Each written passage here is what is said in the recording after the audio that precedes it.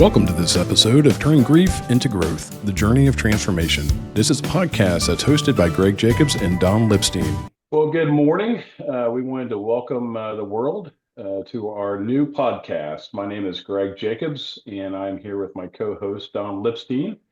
And we're starting a new podcast on grief. I know that's kind of probably a weird topic to start a podcast on, but we feel like there's a lot out there that would be able to benefit from some of our experiences and some of the things that we are continuing to learn every single day when it comes to our grief journey. So this podcast is going to be dedicated a little bit to the why as our pilot episode as to why we decided to do a podcast.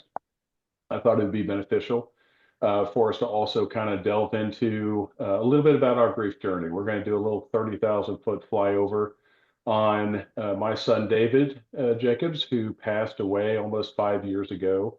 And then I'm going to let Don share about his son, Josh, and how he passed away and a little bit about his grief journey. So that is kind of the premise of this podcast, and we're excited about this. This will be an ongoing podcast series with no end in date, and we're just going to see how it develops. So, Don, welcome this morning. You want to take an opportunity to just kind of introduce yourself? Sure. And thank you, Greg. And I want to thank all the listeners, viewers that are here I just want to thank you for being here. I feel honored to be partnered with Greg. I've known him for a little while, and we met through our grief journeys. But I am a founder of Imagine Family Recovery, and I do coaching for people in transformational grief. And I also do some coaching with people in recovery, but my heart definitely is with grievers. And I feel like there's just not enough good information out there. I mean, it's there, but it can be hard to find. So I think that's, part of the reason why I want to do this with you, Greg, is to just make sure that the information gets put out there and it's clear, concise, and that we are helping to make other people's grief journeys a little easier, a little lighter, maybe give some hope. Whatever they need at that time, I'm hoping that we're able to provide for them. Absolutely. And I feel it's important to point out that we're going to be authentic. We're going to be vulnerable. We're going to do Absolutely. our best not to put a facade on. There might be some tears shed on this podcast, and it's okay. I think that sometimes there's stigma out there for masculinity that it's not okay for men to cry, and we know that it is. This podcast is for everybody, men, women, all different grief journeys, children that might be going through it. We intend to have hosts come on, or we intend to host and have some visitors come on and be able to talk through some of their grief journeys. Maybe some people have lost a parent and they're dealing with that, or maybe it was a loss of a child like Don and I. It could have been a loss of a job and they're grieving from some of that. I would say that it's probably going to be more centered around survivor loss as far as the loss of a loved one more than anything. So with that, Don, I kind of would just build on what you said and just kind of reiterate that I am coming up on 5 years here in about I guess 7, 8 weeks now on my grief journey. And I have learned over the almost 5 years that there's very limited resources out there that are very easy to grab a hold of. Let's just say that. So both of our children passed away while serving in the military. So I do think that there are probably some really good resources out there for the military, TAPS being one of them. I know that that's how you and I met, and I'm still very actively involved as you are with them. But I've also branched out into a lot of other organizations and different things that I'm a part of outside of the military realm in the civilian field. I went ahead and started a group, like you were saying that you had started something. I started Your Dad Forever. Got a website, www.yourdadforever.com. I like to put a lot of the different writings I have out there and different things, but really it started off with a local group of guys here in Kentucky where I live. And it was just word of mouth, just seeking out others who had had loss. For me, it was others that had had child loss. And we get together usually on a monthly basis and we'll go out to dinner and sometimes we'll do disc golf or we've done bowling. We've done hiking trips to Eastern Kentucky to Red River Gorge. But a lot of times it's just going out to a restaurant, and we always have a tradition of going and getting ice cream afterwards. Through dinner and through the ice cream, it's just organic conversations, kind of You, about our grief journey. you got And to finish with ice cream. Always you got to got finish with ice you have to finish with ice cream. It's it sets a precedent. I would rather start with ice cream personally. But it's been organic and it's been something where I've just really realized that men especially have to be programmed to learn how to talk about their grief. It doesn't come naturally. Absolutely. And I think it comes through a lot of just open-ended questions. And I think that, Don, not to put words in your mouth, but you and I are on a rapid, aggressive path to try to bring normalcy to grief. That's not something in Western culture here in America, especially that we are used to. I heard a missionary on a podcast recently that I know who was a missionary in Africa and lost his son several years back. And they were talking about how the African culture just surrounded about them and just for years. And it was something that they just really embraced their grief and their loss and walked it alongside them. And I know that's not the experience that a lot of people have here. And it can be a lonely journey. It's like the Mexican culture of Day of the Dead. Right. That they and I'm not sure if it expands beyond the Mexican culture, but I do know that the Day of the Dead, which is coming, is it on Halloween? Is that I, I think it is. Like today is actually yeah Halloween, yeah 2025, and I think it's centered around this time frame. yeah. So they have a way of honoring their lives and celebrating the lives of those who have died. So I think it's all there's so many different cultures, so many different ways to deal with this, Yeah. and I think we're going to be exploring some of the ways uh, that we do this here in the States, and maybe some ways we can do better. Um, do you want to get into uh, sharing how you got here, Greg? Yeah, let's do it. Just kind of following up with what you said, though, I would say that we are going to learn together how to experience death well. And I know that sounds weird and counterintuitive because it's something that we shy away from. Most people have a fear of death, justifiably so. But I think bringing that normalcy not only to death but to the grief journey is, like I said, it's lost on us. I think here in America. So I think we're going to try to really delve in future episodes just about how do we do that, whether it's triggers that we deal with, whether it's conversations with family and friends and learning not to cut off our past entirely, but also to wean ourselves from caustic relationships that maybe aren't beneficial. So there'll be a lot of different topics that we'll cover. So, Don, I appreciate you asking. I'll go ahead and start off, and then I obviously want to hear about Josh and your journey. So, December 24th of 2020, my wife and my daughter and I were sitting in our house, and my wife was in the kitchen getting ready to make the Christmas Eve brunch like she always does. My son was at college and coming back on his way back from college, and we got a doorbell ring. A lot of people say knock on the door, doorbell ring, whichever one it was. I remember the doorbell ringing, and my daughter saying, "Hey, Dad, somebody's at the door, and they're in uniform." And I looked out and there was two people in uniform, and I thought it was the local police collecting for Toys for Tots on Christmas Eve. I just don't know where my brain went. And I opened the door and I immediately saw the cross on the lapel of the chaplain. And I just looked at him and I said, he's dead, isn't he?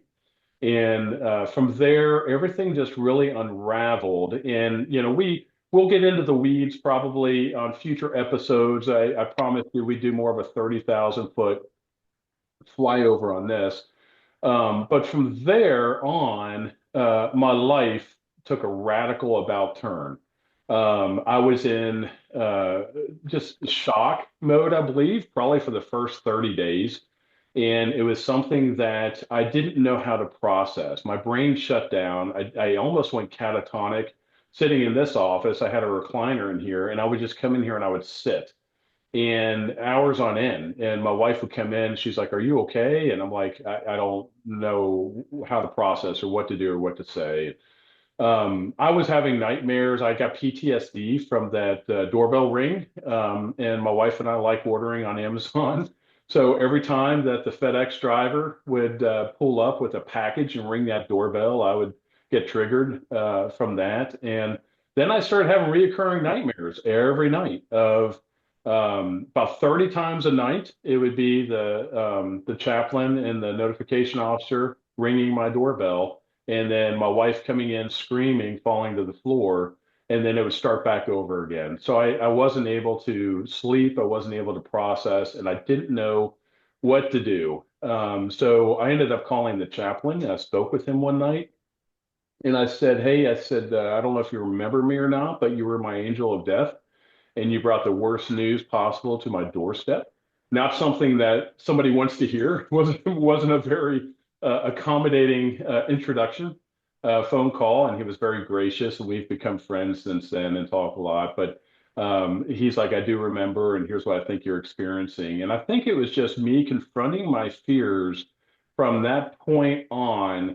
Never had that dream again after that night. And Don, you know that you came into my life earlier on through TAPS as an organization that we talked about.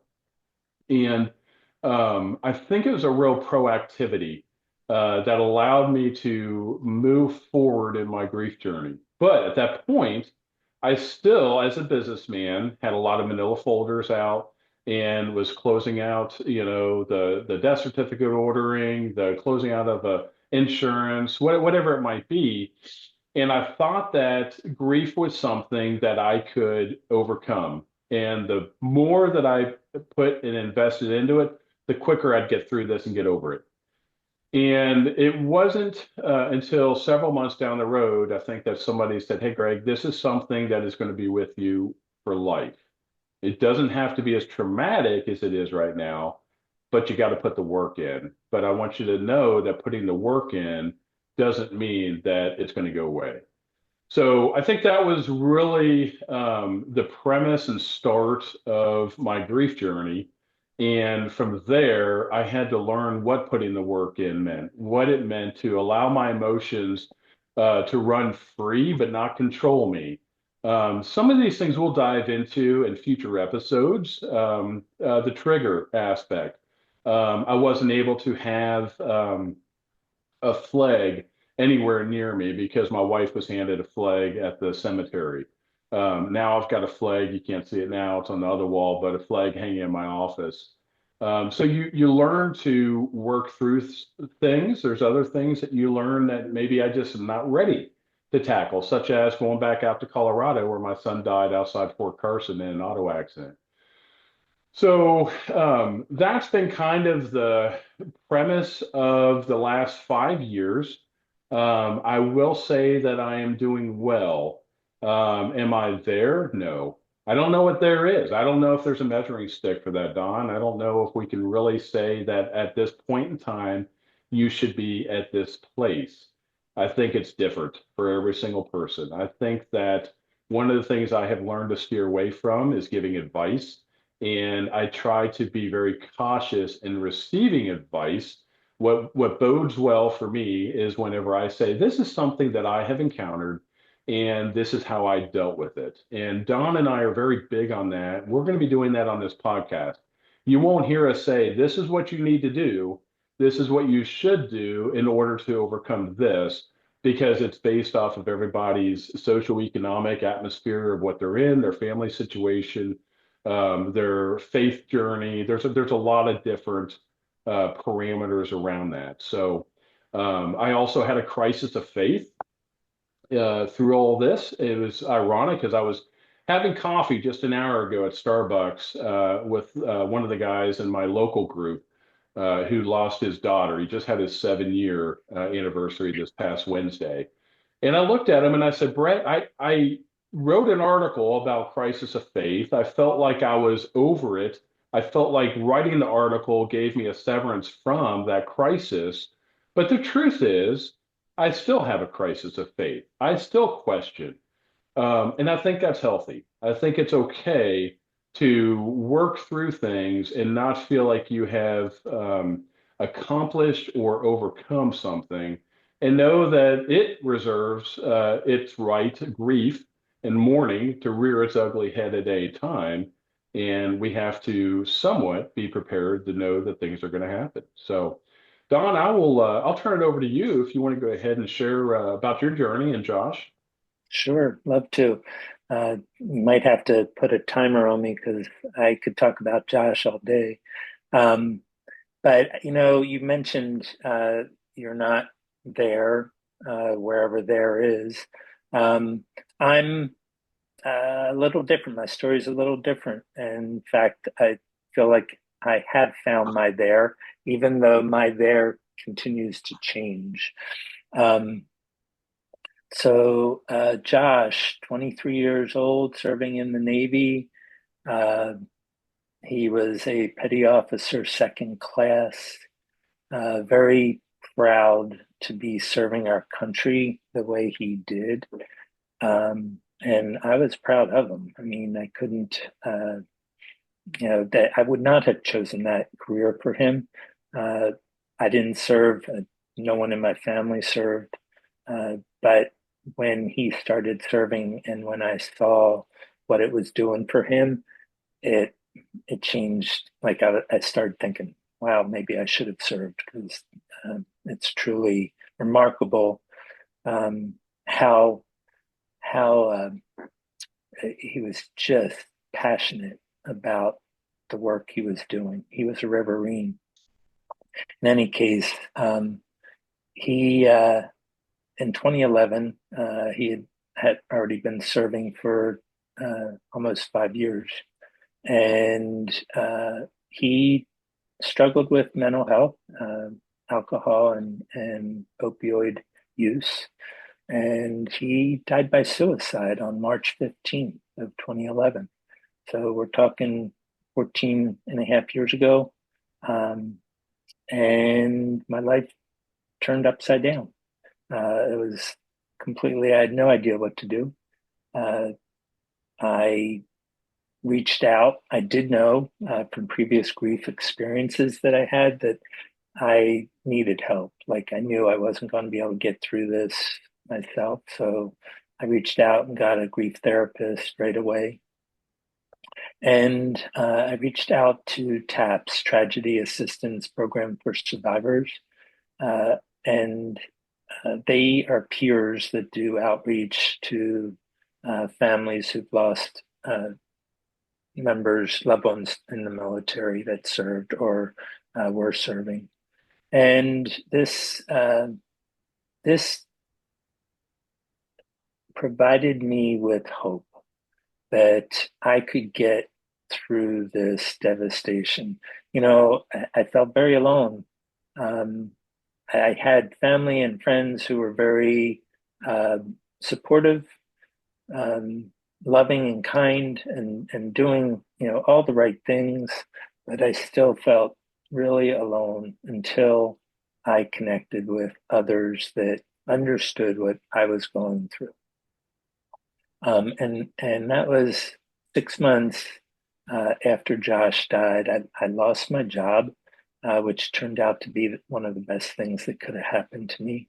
Um, and I was in hospitality management at the time, and I connected with TAPS, went to their suicide survivor seminar, and from there, my grief journey just turned around. It just went from going nowhere, not finding any kind of support or not the support that I needed, to getting hope, getting connection, and just finding a healing path.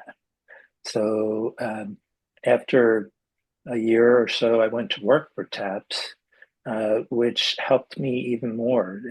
It was very helpful to help other people. Like that was something that I found gave meaning and purpose to the tragic loss of life that Joshua had. So I just feel like, that put me on this path. Uh, I've been doing outreach for now 13 years. Um, and uh, I feel like connection is such a key component to finding that healing path.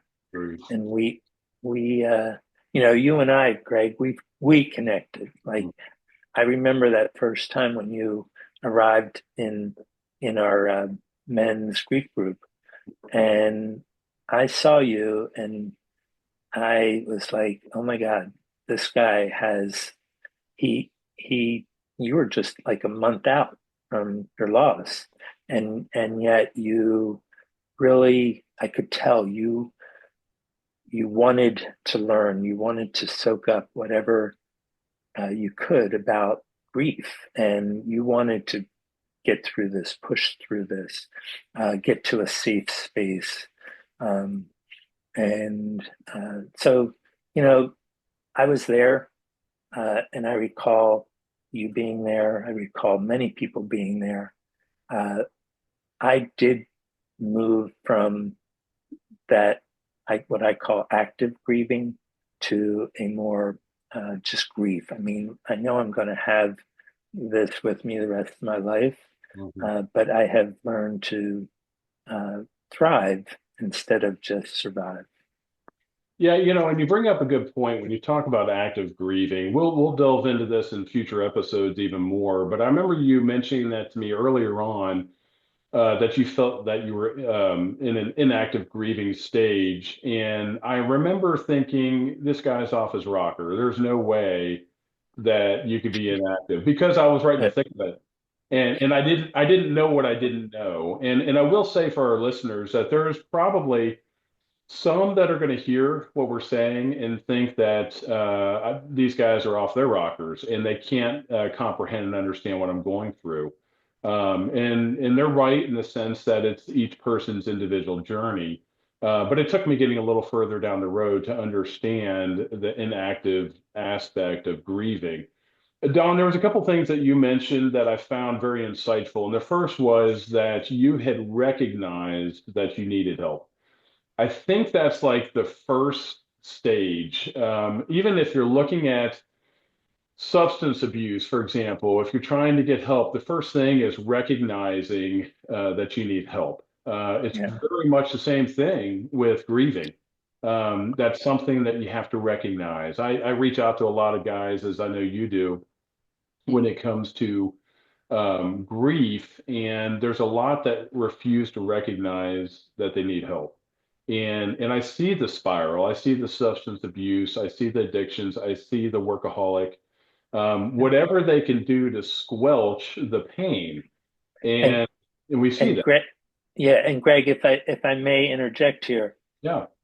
if it hadn't been for my previous grief experiences, I would have been one of those people. I am sure of that. Hmm. So, if this had been my first go at grief, I would have been like, oh, I've got this. I can do this. I'm going to be that strong Uh, person and I did. I actually felt that way initially anyway.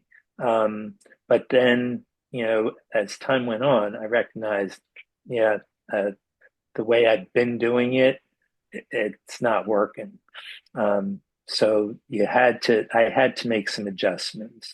well, it's interesting you mentioned about previous grief because just looking at my past, for example, David died in 2020. Up until that point, I had never experienced true grief. My dad died in 2017. I was raised by my mom. My parents got divorced when I was 10 months old. And towards the latter years of my dad's life, probably the last 10 years, I reached out to him. I reconciled, wanted to make sure that I knew who my dad was. There was never real closeness, though. He never just bounced me on his knee and I called him daddy and there was just not an intimacy aspect of the father-son relationship.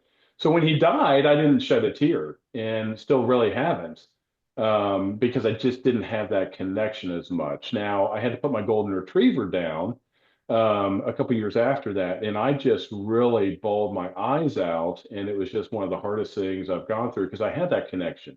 When I traveled out of town, I came home. She was the first one to meet me at the door. She would sleep by my bedside every night. And I realized that the relationships are all different out there. There's a lot of people that grieve with anger and bitterness towards their loved one because of what they put them through.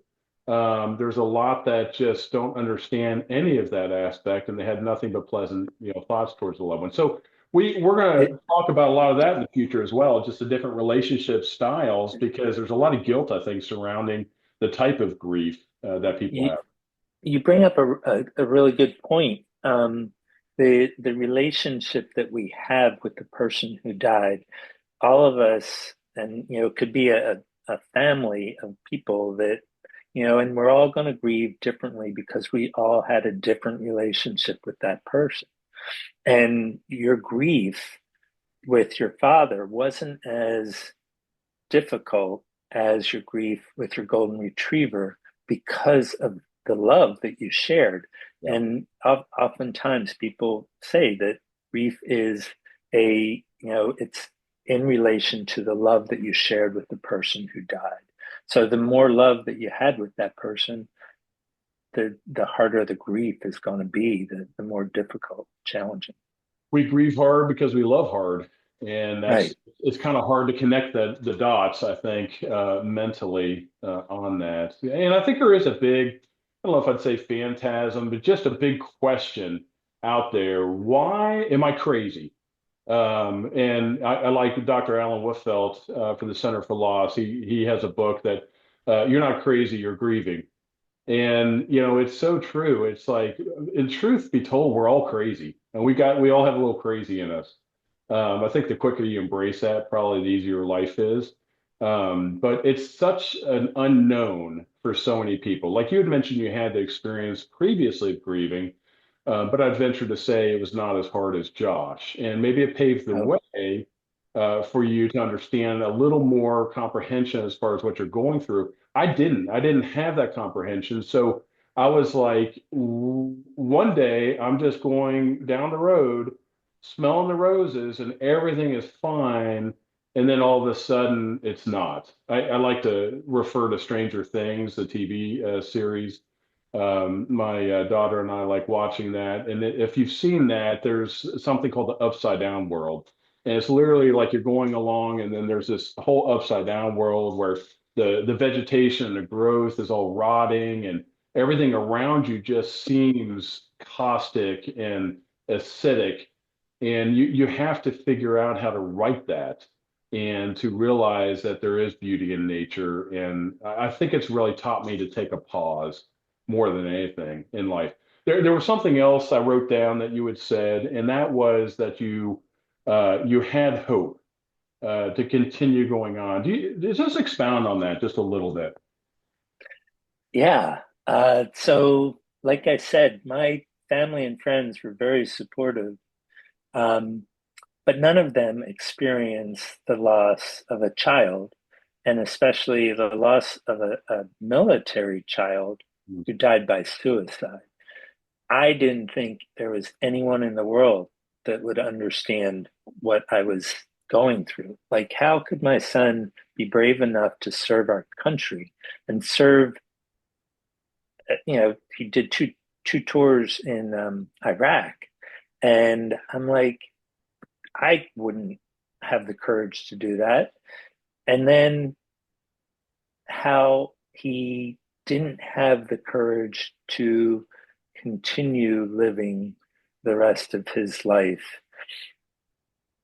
And I had to learn that this was something that, it wasn't a an act of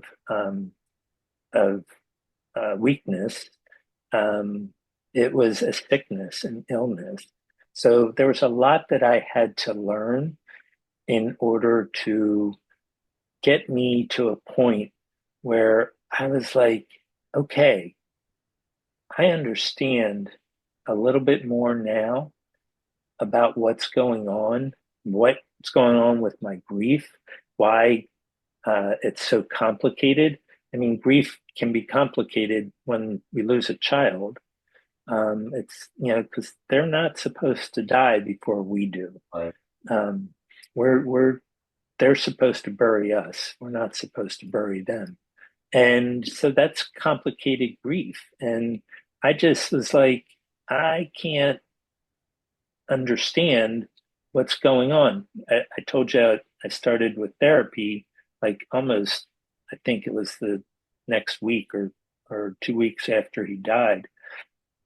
Um, I would go in there every week, and I actually looked forward to going because this therapist allowed me to unleash all of my emotions that weren't making any sense to me in a half hour. Like the first half hour before I even sat down, sometimes I would just start rattling off all these things that were going on in my head that I couldn't make any sense of. And she sat there and listened.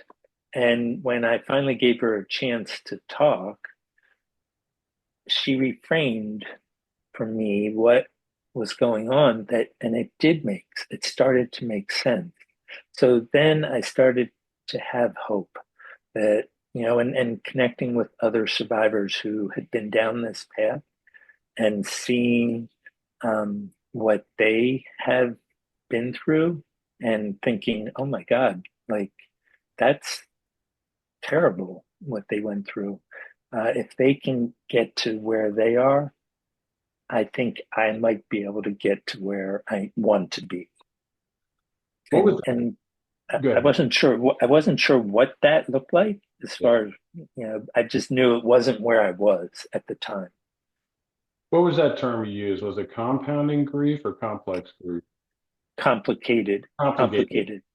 Yeah, and I think it's your story to tell, and we'll probably talk definitely more about this as we go on in future episodes. But I would say that um, there's very much an aspect of the method and way in which a loved one died that adds complication to our grief journey.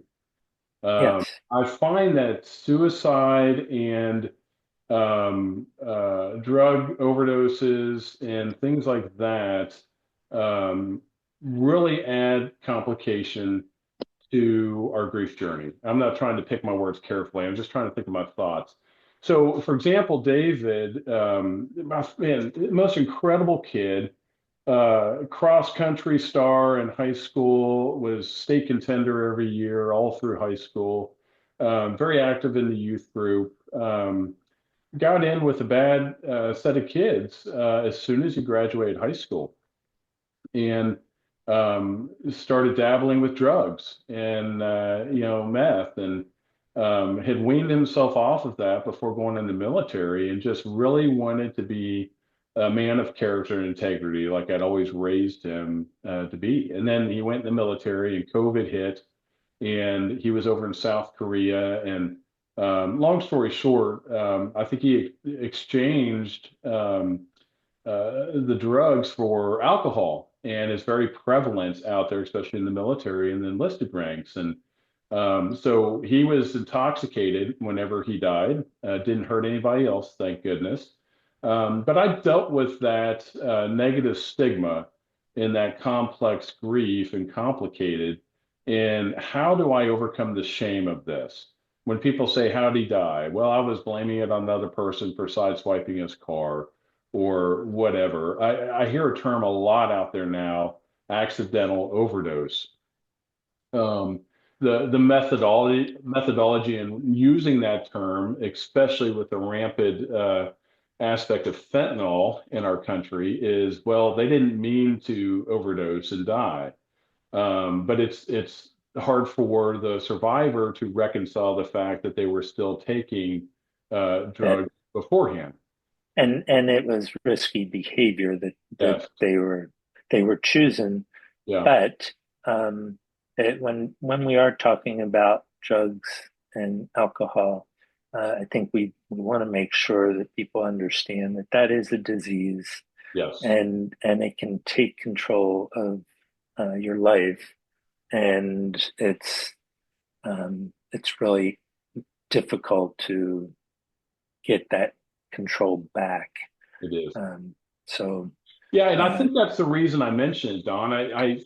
We committed ourselves to authenticity and vulnerability and yep, not having a facade. But I feel like it's important in this pilot episode, one, that we expose some of the skeletons that we've had to deal with in our closets of overcoming shame and different things like that, to understand that there is a mental illness out there, to understand that I don't want listeners to shut down and think that, oh, these are two guys with military war heroes that are just going to talk about how proud they were of their kids. And yes, that's all true.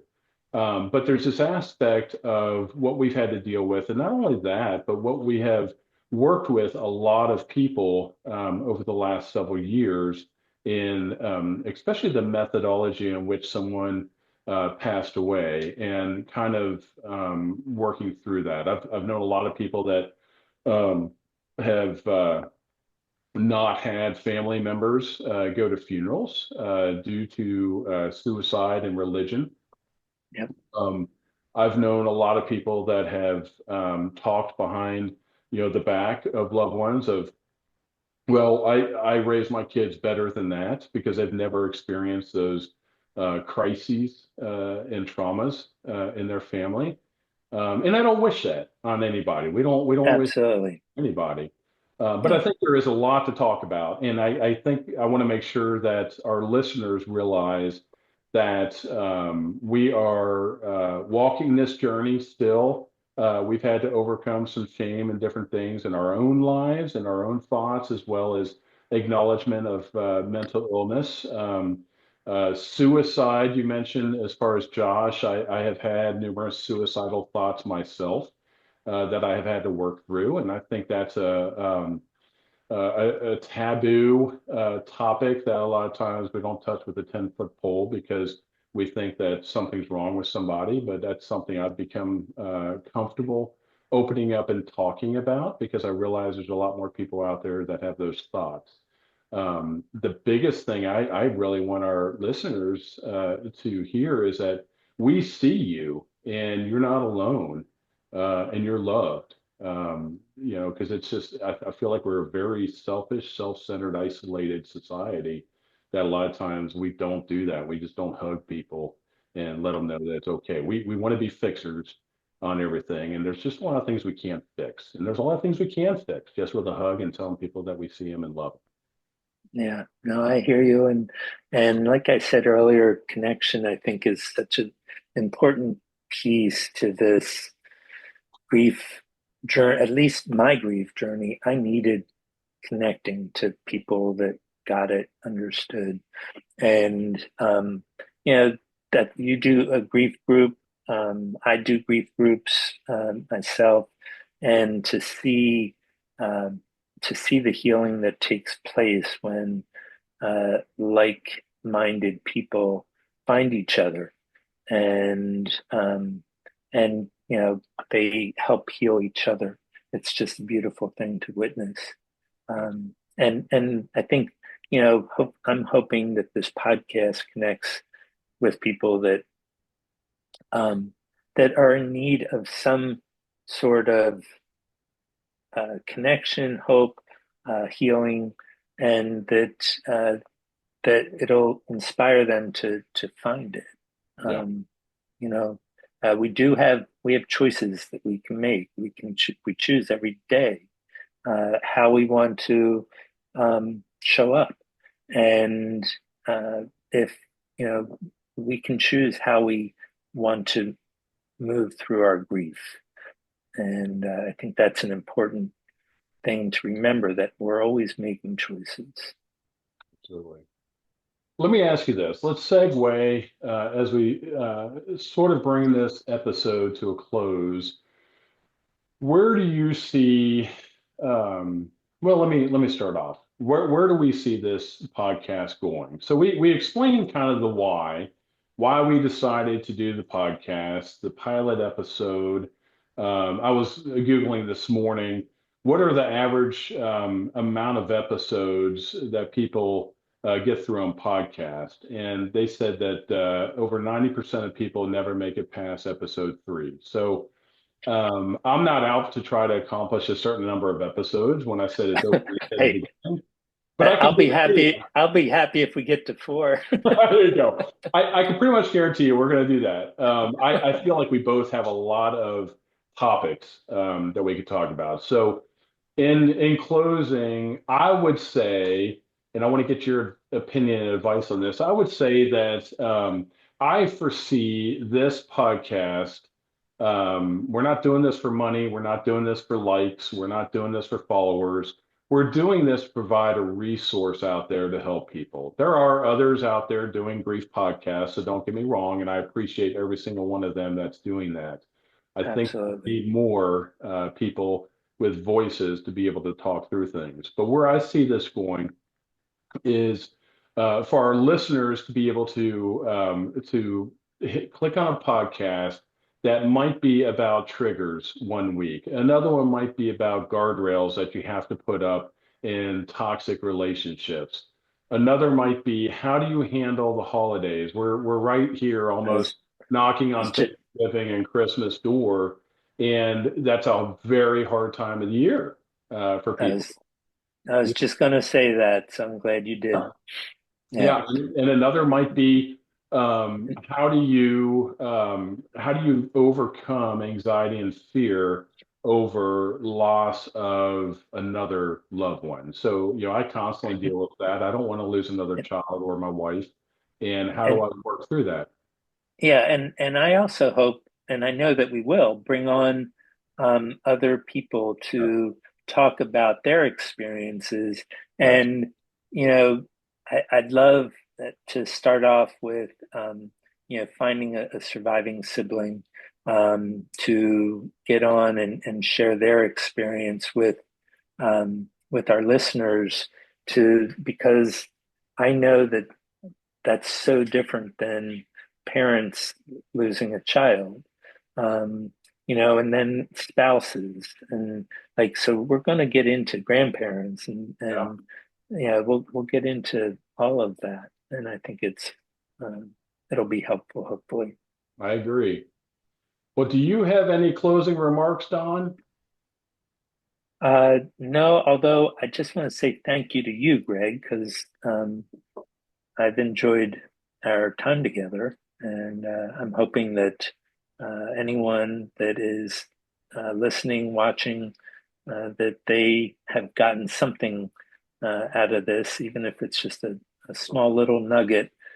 Sometimes that little nugget, the seed, can plant the tree that is going to grow, which becomes your grief journey.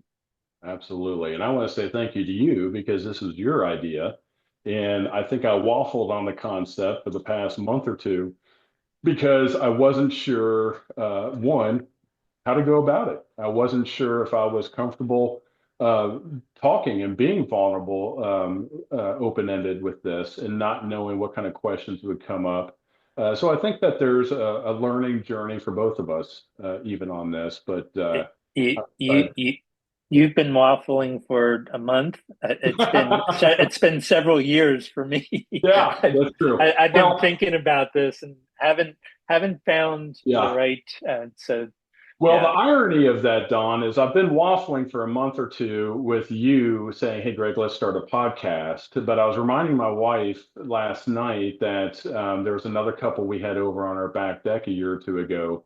And I was talking to them saying, I really would like to start a podcast. I just don't know how. I don't know who our listeners would be. I don't know how to market it. So I've been going back and forth for a couple of years on this, and it was just the perfect timing to pair up with you, who I think the world of, and you have mentored me on my grief journey. And I just thought ditto, this is, ditto. I appreciate that. I'm humbled by that. But so folks, we want you hungry, listening to more. We're going to have some great episodes coming up. I don't know what they're going to look like at this point, and that's the adventure of it. So we want to thank you for dialing in, listening to this podcast, and we look forward to the next time we can interact. So thank you, and just remember that you're loved, and we see you, and have a tremendous day. Thank you so much for taking time out of your day to listen. We hope turning grief into growth spoke to your heart and becomes a part of your own journey of healing and transformation. If you know someone who could use a little hope, please share this episode with them. And don't forget to follow, like, or subscribe on your favorite platform so you don't miss what's coming next. Don and I can't wait to share more conversations to help you keep turning your grief into growth. Until next time.